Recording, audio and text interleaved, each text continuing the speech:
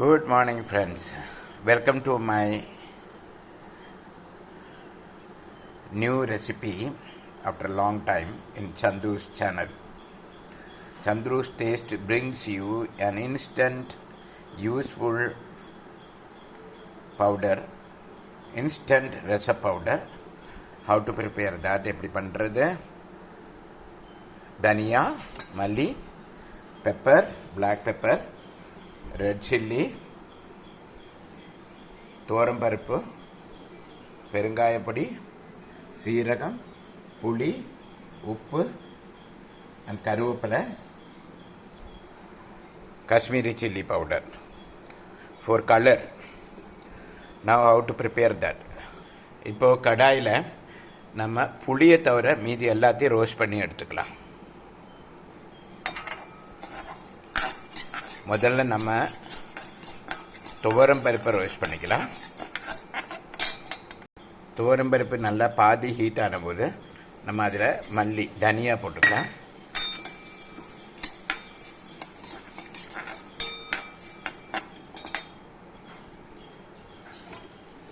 தனியா நல்லா ஹீட் ஆகிடுச்சுன்னா நம்ம அதில் black pepper and red chilli போட்டுக்கலாம்.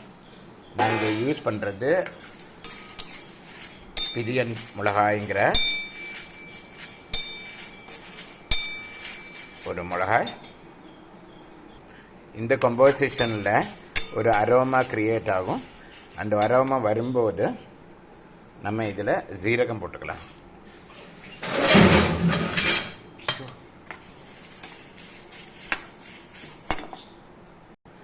இது நல்ல அரோமா வரும்போது நம்ம கருவேப்பிலை போட்டுக்கலாம்.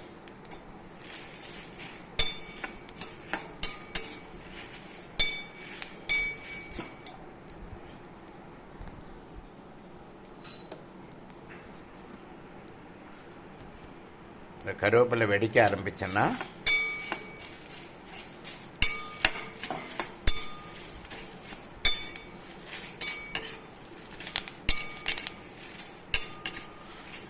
பெருங்காயத்தூள் போட்டுக்கலாம்.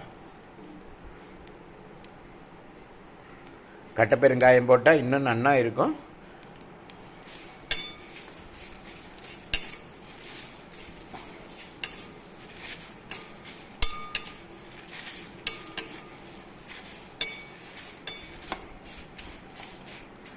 இப்போ நம்ம அதுக்கு தேவையான கல்லுப்பு போட்டுக்கலாம்.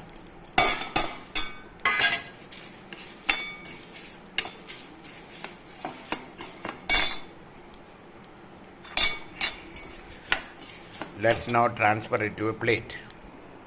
Let this cool down. Meantime, நம்ம ஒரே ஒரு ஸ்பூன் கடலெண்ணெய் ஊற்றிக்கலாம்.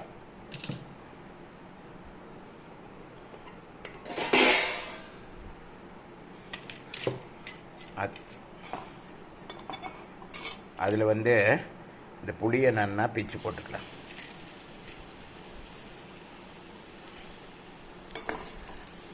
புளியை பிச்சு போட்டு நம்ம அடுப்பை சிம் பண்ணி வச்சுக்கணும். இந்த புளி நல்லா வறுக்கணும். சிம் அடுப்பில் புளி வறுந்துகிட்டு இருக்கும்போது அதில் ஒரு லேசாக கல்லுப்பு போடுறோம்.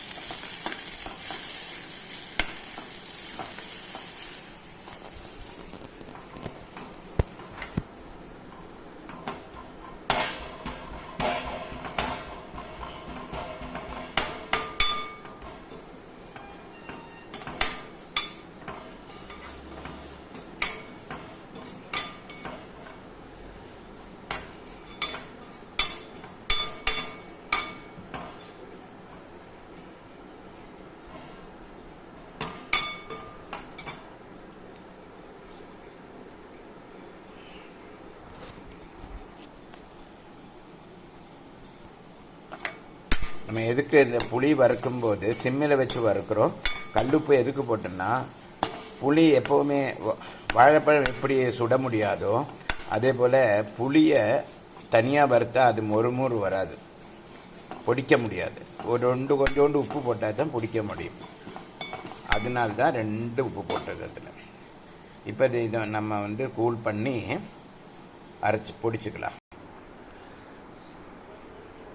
எஸ், இப்போ இதில் நான் காஷ்மீரி சில்லி பவுடர் சேர்த்துருக்கேன் 2 ஸ்பூனு. இந்த பூண்டு, அதாவது கார்லிக், வெள்ளுள்ளி யூஸ் பண்ணணும்னு இருக்கப்பட்டவங்க இந்த மாதிரி மலைப்பூண்டு இவ்வளோ பெருசாக இருக்கும், இதை கூட வாங்கி அந்த புளி கூட வறுத்து நம்ம போட்டுக்கலாம். நான் இங்கே மலைப்பூண்டு சேர்க்கலை, காஷ்மீரி சில்லி பவுடர் சேர்த்தாச்சு. நான் we are going to powder it. இப்போ நம்ம இதை பவுடர் பண்ணி எடுத்துட்டோம். இதுலேருந்து ஒரு அமேசிங் அரோமா வருது. இப்போ இதோட பிளேட்டை கொட்டிட்டோம். பிளேட்டில் கொட்டிட்டு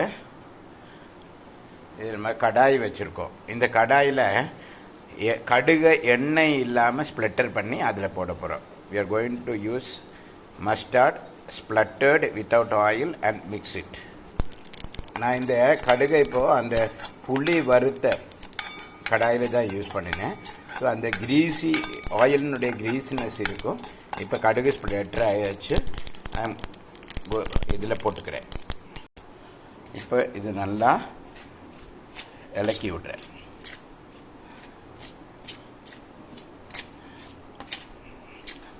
இன்ஸ்டன்ட் ரசம் பவுடர் ரெடி.